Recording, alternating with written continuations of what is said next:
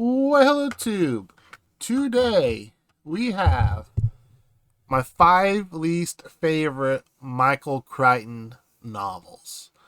So, what I'm going to do here is I want to basically go through the 5. I want to put up the little picture. I want to read off the synopsis from Michael Crichton's website, and then say why I didn't like it.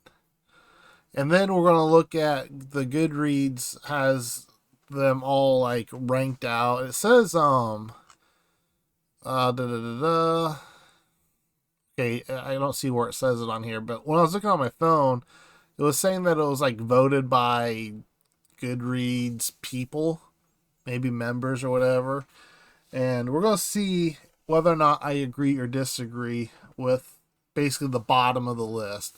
They got 37. There's one in here that for sure isn't his, unless he was writing under the name Regina M. Joseph and writing what looks like fantasy. So I don't know how that got snuck in there.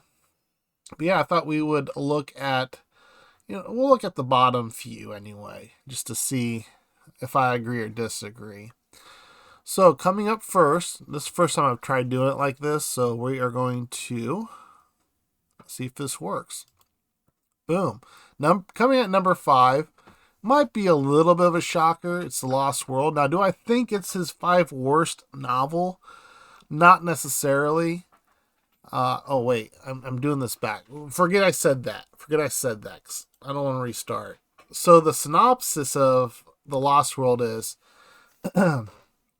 6 years after the death of John Hammond and the mysterious destruction of his Jurassic Park island of Isla Nebula, mathematician Ian Malcolm, otherwise known as Jeff Goldblum, discovers a second island off Costa Rica where Hammond created his genetically bred dinosaurs.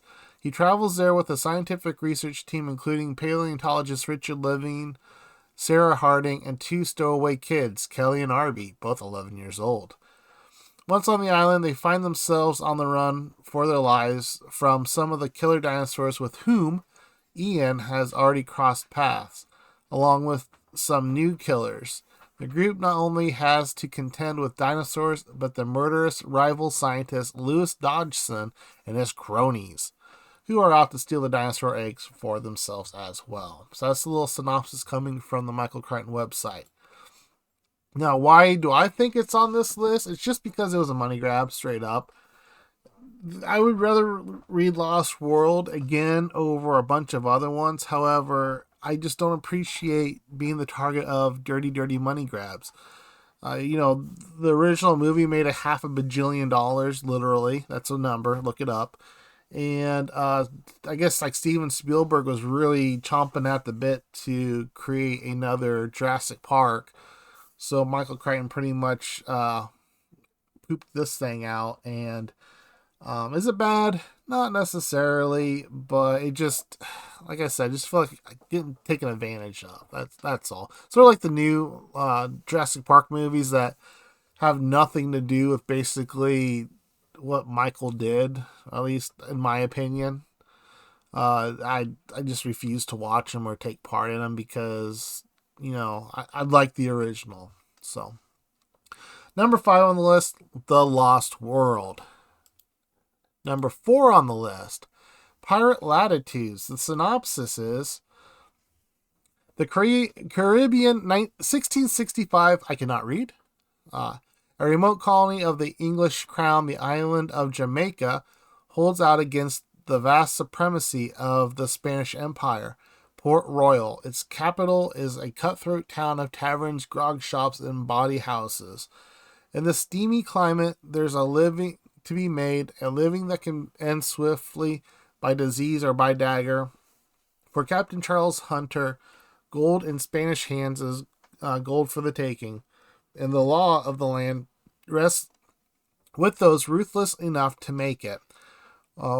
Word in port is that the galleon El Trinidad, fresh from New Spain, is waiting repairs in a nearby harbor. Heavily fortified, the impregnable harbor is guarded by the bloodthirsty Cazalla, a favorite commander of the Spanish king himself. With backing from a powerful ally, Hunter assembles a crew of ruffians to infiltrate the enemy outpost under the commander El Trinidad, along with a fortune in Spanish gold.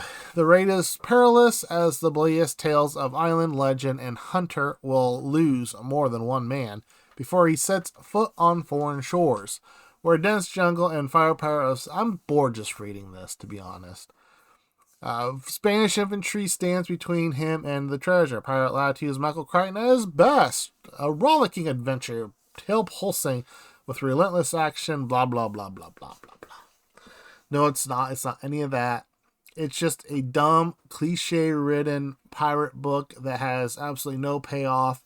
You know, every cliche in the book is done in this story. Every cliche in the book's done in this book. Can I say that? I don't know. But I'm going to. It's dumb. Don't read it. You know, if you're really super into pirate stuff, maybe you'll enjoy all the cliche stuff, and you know, there's nothing wrong with that. Some people like the cliche stuff. I've been reading a lot of westerns lately. I like the cliche stuff in the western. So if you're the same way in pirates, you might like this one. I'm not saying you're wrong. I do not want anything to do with this book ever again. So there. Number 3 on the list, Disclosure by Michael Crichton. Synopsis: a brutal struggle in cutthroat computer industry, a shattering psychological game of cat and mouse, an accusation of sexual harassment that threatens to derail a brilliant career. This is the electrifying core of Disclosure. At the center, Tom Sanders, an up-and-coming executive with Digicom in Seattle, a man whose corporate future is certain until after a closed-door meeting with his new boss, a woman who was his lover 10 years before, a woman who has been promoted to the position he expected to have. He is accused of sexually harassing her.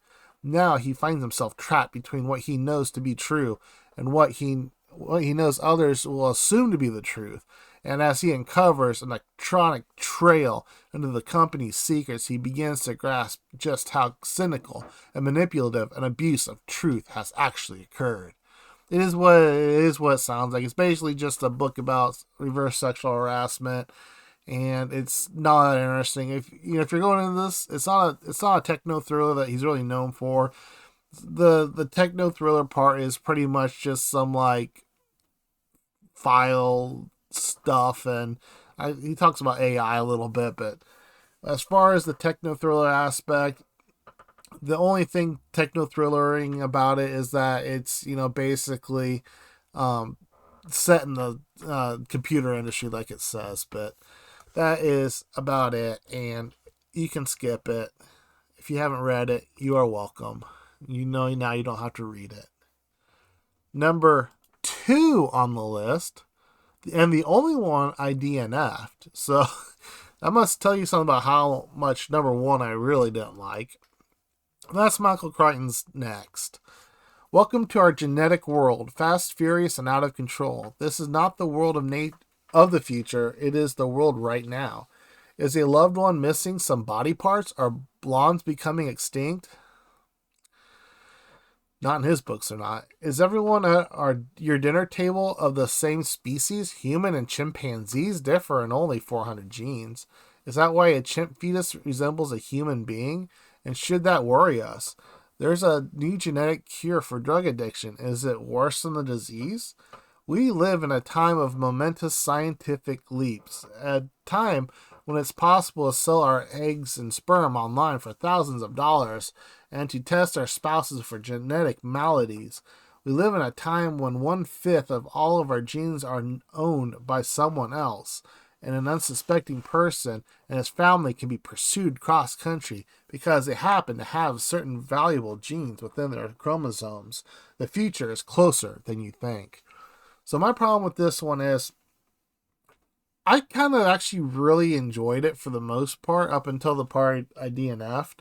I was even looking past the weird, like, it almost felt like a bunch of short stories kind of crammed together to kind of tell this, this story.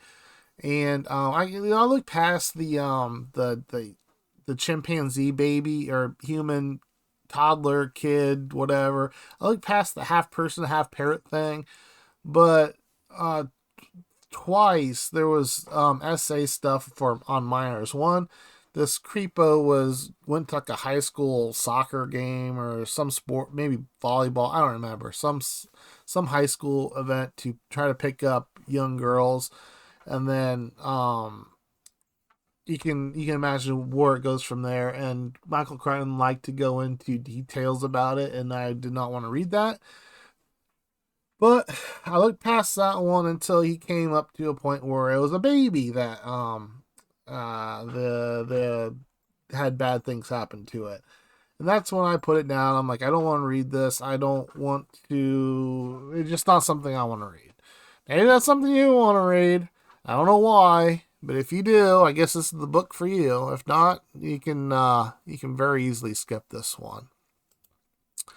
And finally, number 1, boom, Michael Crichton's State of Fear. Synopsis. In Paris, a physicist dies after performing a laboratory experiment for a beautiful visitor. In the jungles of Malaysia, a mysterious buyer purchased deadly cavitation technology built to his specifications. In Vancouver, a small research submarine is leased for use in the waters off of New Guinea. And in Tokyo, an intelligence agent tries to understand what it all means. Thus begins Michael Crichton's exciting and provocative techno-thriller, State of Fear. It's not really a techno-thriller. I guess, but it's mostly just a really bad whodunit mystery. It's like 3 or 4 different mysteries kind of crammed into a book that really doesn't work very well. Only Crichton's unique ability to blend scientific fact with pulse-pounding fiction could bring such a disparate elements to a heart-stopping conclusion. This is Crichton's most wide-ranging thriller. Like, they're probably technically right there, just because, like I said, it's like 5 different mysteries, or thrillers, just crammed into one book that is not fun to read. State of Fear takes the reader from the glaciers of Iceland to the volcanoes of Antarctica, from the Arizona desert to the deadly jungles of the Solomon Islands. From the streets of Paris to beaches of Los Angeles, the novel races forward on a roller coaster thrill ride, lies, all the while keeping the brain in high gear. Something was in high gear. Gripping and thought-provoking, State of Fear is Michael Crichton at his very best. I like to say at his very worst. Like I said, it was just like a bad mystery thriller. There's like a bunch of... There's like some parts of the book where I don't even understand why they're even in there, because it really didn't really fit very well. And it was all about global warming, and Michael Crichton was really preachy about how global warming is fake and blah blah blah, and he's data picking, and it's dumb. It doesn't work well. It's not a good read. I could have lived with Michael Crichton preaching about the global warming stuff had the story been even remotely good, but it wasn't. It was just bad. Skip it. Don't read it. You don't need to read it. And then that was number 1. Now I thought we take a look at Goodreads and their list. Now I should say, for mine, I skipped his nonfiction. Really, the only nonfiction that I'd say is worth reading is Travels, and even my reread of Travels really didn't thrill me a whole lot. To be honest, I thought my first read through it was a lot more fun, just because I didn't know Michael Crichton was a hippie. And I also didn't realize how much of a dirtbag he was. So, allegedly, I don't know. Maybe I shouldn't even say allegedly. I just really don't like the guy anymore, to be honest. Anyway, so let's see here. If we look, so we got Eruption is number 37. I would rather reread Eruption over any of the ones that I mentioned, besides maybe Lost World. Is it good? No. And does it read anything like Michael Crichton? No. But I don't think it was bad per se. In Electronic Life, Yeah, Electronic Life is a 40-year-old book that's basically about PCs, and it's very outdated, and there's really no reason to read it unless you're into, maybe if you're into technology, it's kind of fun to see where we came from. But it's not in print anymore, and there's no reason to go out and get it. The Michael Douglas Dealing, or the Berkeley to Boston 40 Brick Lost Bag Blues, wasn't a very good book. However, again, I'd rather reread this than basically all the ones I mentioned. It's basically this dude that was bouncing back and forth across the country dealing drugs, if I remember correctly. And then it goes into a bunch of the John Lang stuff. Now, the John Lang stuff, I mean, it can be kind of rough, but I actually enjoyed all of it for the most part. I can't really think of any that I absolutely hated. If I had to choose one that would go on the list, I'd probably say The Venom Business, which is number 34. And that's just because that one feels like it repeated itself a lot. And it got kind of old, and it was the longest. So when it got kind of old and it was the longest, it became a little bit of a slog. But the rest of them, and Easy Go, I really, really liked. It was like kind of like his version of an Indiana Jones novel. I mean, I thought it was a lot of fun. Scratch one. Then it kind of goes into like Jasper John. That's his nonfiction about his artist friend. And honestly, nobody's going to read that unless you're a Jasper John fan or a Michael Crichton completion. Even if you're a Michael Crichton completionist, you can skip it. Whatever. And then just kind of going up a little bit. We'll probably stop around 20 just because I'm also going to do my top 5 Michael Crichton, and I don't want to give it all away. But Binary was fine. Zero Cool was fine. Westworld I really liked. I don't know why it'd be so dark far. Probably just because nobody's read it. Because it's out of print and it's super expensive. Travels is alright. It's kind of surprising that 5 Patients is above Travels. I'd rather read Travels again than 5 Patients. And Dragon Teeth I thought was alright, but I don't think it was complete.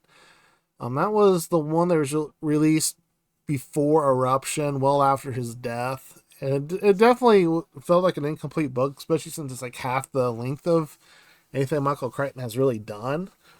So, yeah. Case of Need by Jeffrey Hudson. That one was silly, but, I mean, it wasn't terrible. I just, like, why does doctors have to be trying to solve crimes? That's my only gripe with it, really. So yeah, that was my 5 least favorite Michael Crichton novels. If you let me know down below if you agree or disagree with my 5. What are your 5 least favorite Michael Crichton novels that you've read? And as always, there is I'll put the links to all my videos for the 5 that I mentioned down below. Also, there's an affiliate link to bookshop.org down below where if you used to buy none of these, because don't go out and buy these. If you're very, very, if you're intrigued by them, get them used. They're probably like $3 off of thrift books, or you probably get all 5 of them for like $15 on eBay. By the buy 3 get 1 free stuff that's always up there. All those very easy to get used. Don't spend real money on them. But if you want to buy some other books, you can use my affiliate link down below where I get a small commission. You can also book an extra cost to yourself. It's a win-win. I think that's it for this one, peeps. That wore me out. Cheers.